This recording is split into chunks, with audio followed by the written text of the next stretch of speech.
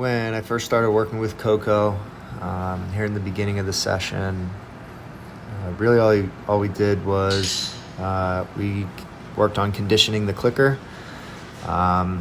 So really just click, reward, kind of over and over again, getting him used to the sound of the click, and getting him to understand that the click equals reward, which can really be helpful when working on desensitization and counter conditioning. In this instance, particularly to the nail clippers. While working on the conditioning the clicker, also just kind of went through some very basic stuff, hand targeting, eye contact, things like sit, etc. Very, very basic cues, but each time using the clicker to really bridge that gap of, the understanding of what the clicker actually is. Certainly there was some play times like here where he just kind of flops over and is looking for a belly rub, and happy to give him one. It doesn't have to be just this ongoing intense process the whole time. We really want to take what he is giving us. But even here, I give him a second, get him to roll back over, get his attention. I noticed here he was eager to kind of give me his paw. So I recognized that I was going to use that in future parts of our session together. Him wanting to give me his paw, it can really help with things like nail clippers, because if he's giving me his paw, I can hold his paw in one hand, clip with the other. So I recognized that, and I decided to use that. It wasn't something that I went into the session thinking that I would utilize, but because that's what he was giving me, I took that as a positive. And here I'm really just getting him to put his paw on me, not hold it there for any sort of length of time.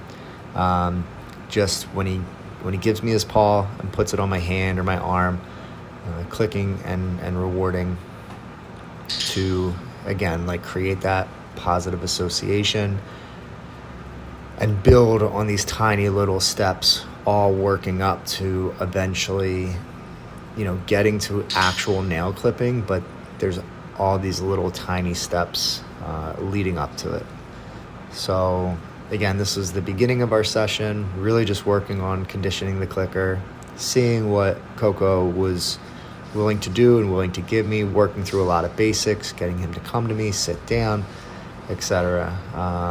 And then, of course, any kind of flopping, I would take that as all right, maybe a little bit of boredom. He wants to play, but getting him to focus back on me and work on the training again.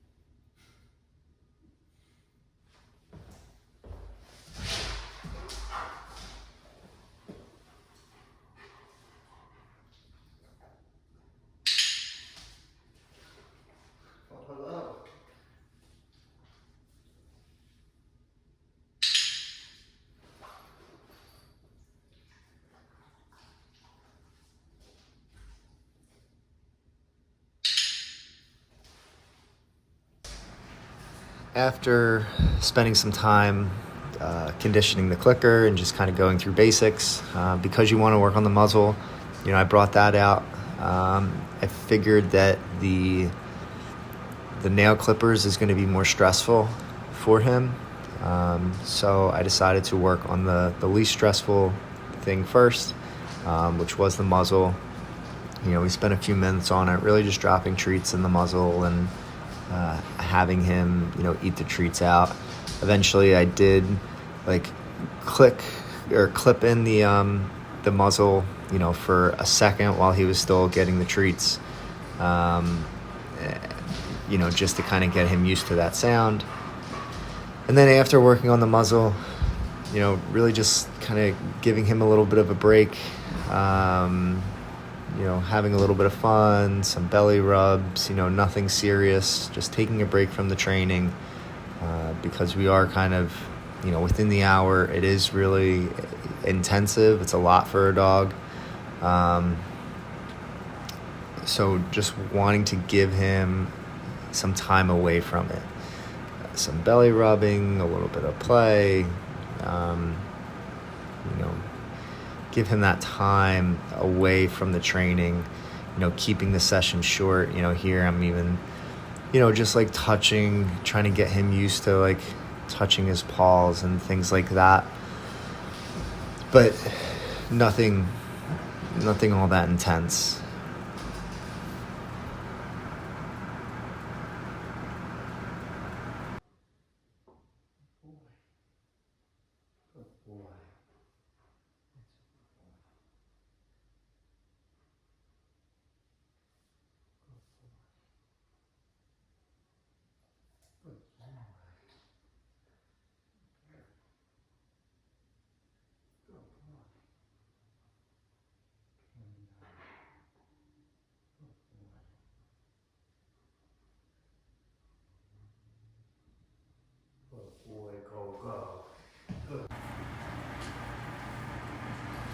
Because I knew, we were going to be leading up to the nail clippers, in the next kind of portion of our training session. And, we had gone over a number of training concepts, even just the basics, also introducing the muzzle. And I wanted to make sure that Coco was able to kind of de-stress. If he was feeling any stress, I wanted to make sure that he would be focused, with kind of the upcoming part of our training session, and especially knowing from our conversation that when the nail clippers come out, he kind of has this tendency to just run away, which is very telling that, the nail clippers are stress-inducing for him. I wanted to make sure that I was able to reduce any amounts of stress that may have been built. I haven't seen him in a while. And then the training. And then certainly even things like him being in a relatively new environment, things like construction going on, next door to the house, and kind of having to deal with all of those new things for him. I wanted to give him an outlet to bring down those stress levels. So here I use, a destruction box, which, at first he seemed a little unsure of as far as what to do. But once he started getting into it, I saw how much he really enjoyed it, just pulling the box open. Certainly there were treats in there to kind of draw him to it, but after getting all the treats, he really just continued to shred, and he seemed to really have a good time with this. I know we also talked about, him kind of being introduced to people in the house, and how there had been some difficulties surrounding that. So things like this, the destruction box, incorporating this into, really like his daily life, finding predatory outlets that he enjoys multiple times throughout the day, whether it be things like scatter feeding or the destruction box, or giving him like the beef marrow bones. What else? Things like, giving him a stuffed animal and just allowing him to shred it to pieces and pull out every bit of stuffing. Things like that can be extremely rewarding, extremely stress reducing for all dogs, and especially for Coco as he is going through kind of these new transitions in his life. Like I said, as you can see here, he pretty much he gets all the treats and he just continues to want to shred the box. That shows me that he really enjoys this kind of process. So something that I would highly recommend continuing to implement into his daily routines, or at least multiple times a week. Can really help with the overall stress that Coco is kind of dealing with. Not only can something like this help me in a long kind of intensive type session, especially as I'm about to introduce something that brings out a lot of stress. This is something that can really help with the reactivity out on the leash. So as we progress, here I pull the clippers out. He's kind of like, what's going on? I just put him in the middle of the floor. Anytime he kind of looks at him, I'm using the clicker to let him know. Here he's looking at me, kind of waiting to see what to do. Since he's not paying attention to the clicker, I'm trying to look at it and bring it down. I touch it, and then as soon as he kind of interacts with it, click and reward. So really trying to build a new positive association with what this tool is. I'm not trying to grab his paw and force it on his nail. I'm really just trying to teach him that, like, hey, this tool is okay. Interacting with it is okay. These good treats come along with it, and there's nothing to really be afraid of. Right there, originally it was closed, and then I went ahead and opened it up, so it's a little bit different, but also the same. And really just kind of continuing to go through this work. It's a slow process because he is afraid of it, but he's moving it here. As you see, there's a couple treats kind of surrounding it. Like, I'm just kind of getting him to interact with it and slowly become more comfortable with it.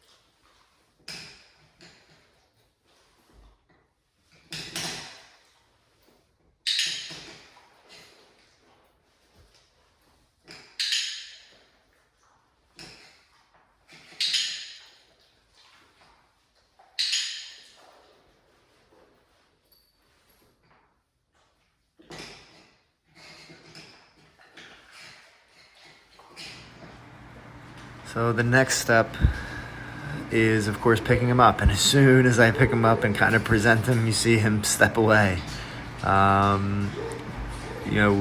Wasn't quite sure, but, then I, rather than, fighting him, him moving away from it, I just try and make it fun, get him to follow me around. And, he gets to me, the clippers are there, but I'm still, rewarding him, telling him he's a good boy, right? He's unsure. He sees the clippers and he kind of takes a step back, but you see the tail wags when he's getting rewarded, and he's understanding that he's getting these rewards, and that, like, okay, maybe this isn't so bad. Again, not trying to totally force it on him. I am kind of putting it in his face, which is putting a little bit more pressure on him than I probably would prefer at this point. But there's certainly a lot of testing going on and seeing what he is willing to do, being that it's the first time that I have worked on this kind of training with this tool with him, and knowing what his past views on these clippers are. So really just trying to get him excited, again, recognizing when he's kind of stepping away and not feeling it, and then realizing maybe I'm putting a little bit too much pressure on him. So back on the floor, he looks at it, kind of draw him in a little bit, and like he's not shying away. So it's good. Like, seeing things like that are good signs to me that his views on the nail clipper can be counter conditioned.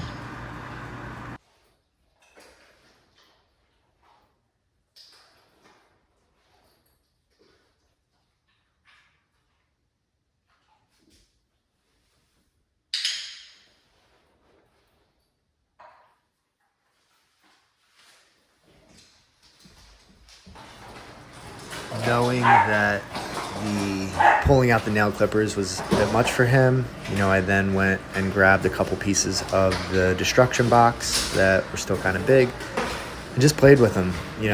Got him to engage with me, play a little bit of tug with it, nothing too serious or too long, just getting him to play, and again, working on de-stressing. It's very, very important. Typically I would not recommend working on the nail clippers with him for as long as I did in one sitting, because it does bring on a lot of stress for him. But since I'm trying to utilize the time that I have with him, I then go and just try and give him, a couple minutes of de-stressing and playing with the box.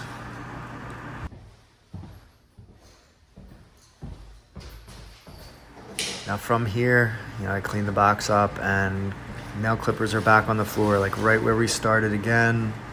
I'm not trying to start ahead of where I should be, knowing that holding on to the clippers, brings out the most stress in him. Again, just putting the clippers on the floor, surrounding them with treats, getting him used to it, getting used to the smell of the clippers, getting him used to just being near them, touching the clippers. There, you'll see I lightly picked him up.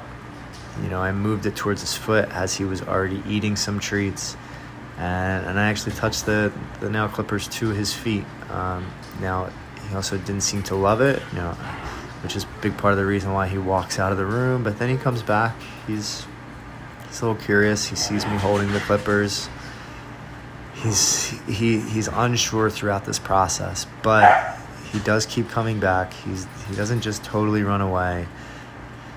So all good signs, but it's a very slow process because of the way that he has created an association already with the clippers as something to be afraid of.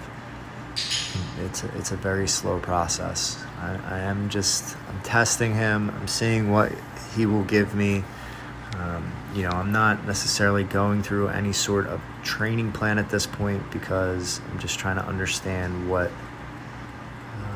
he is willing to do and kind of read his body language and understand how he feels about this tool.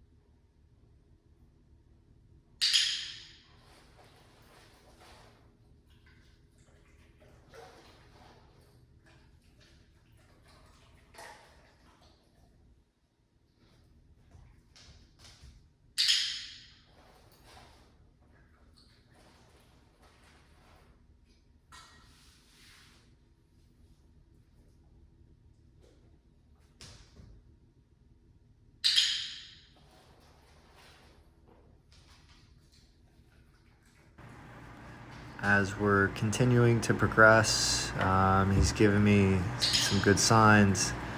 I'm holding it out. He's not running away. And that's ultimately what I'm rewarding for at this point, is just being able to pull the clippers out, extend them out a little bit, which is putting pressure on him. But then he's not backing away from them. He might not be letting me clip his nails, but he's not going to at this point. The fact that he's not running away or totally backing away when the clippers are presented to him is a really good sign to me. So just working on pulling them out, again, creating that positive association with the clippers. Lots of food rewarding at this point, but it's all part of the desensitization and the counter conditioning work.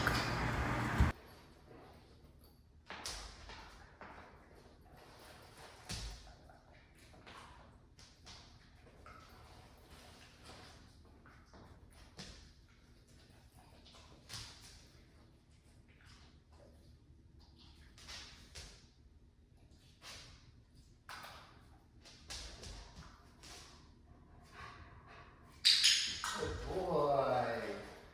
That was so good.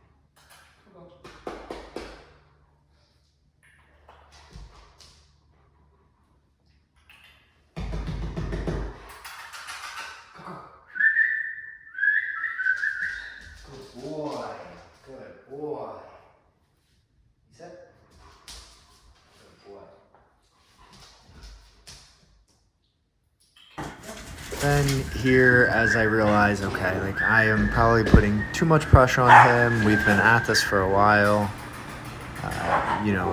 I'm ready to end the session with him, so it's all about play. We're gonna end it, with some enjoyable moments, getting him to play a little bit, some scratching. As you see, I get a nice big kiss on the face. A few more treats, and we end the session, on a high note. He did great. He showed me a lot of good stuff, and I really think this kind of training will really work for him.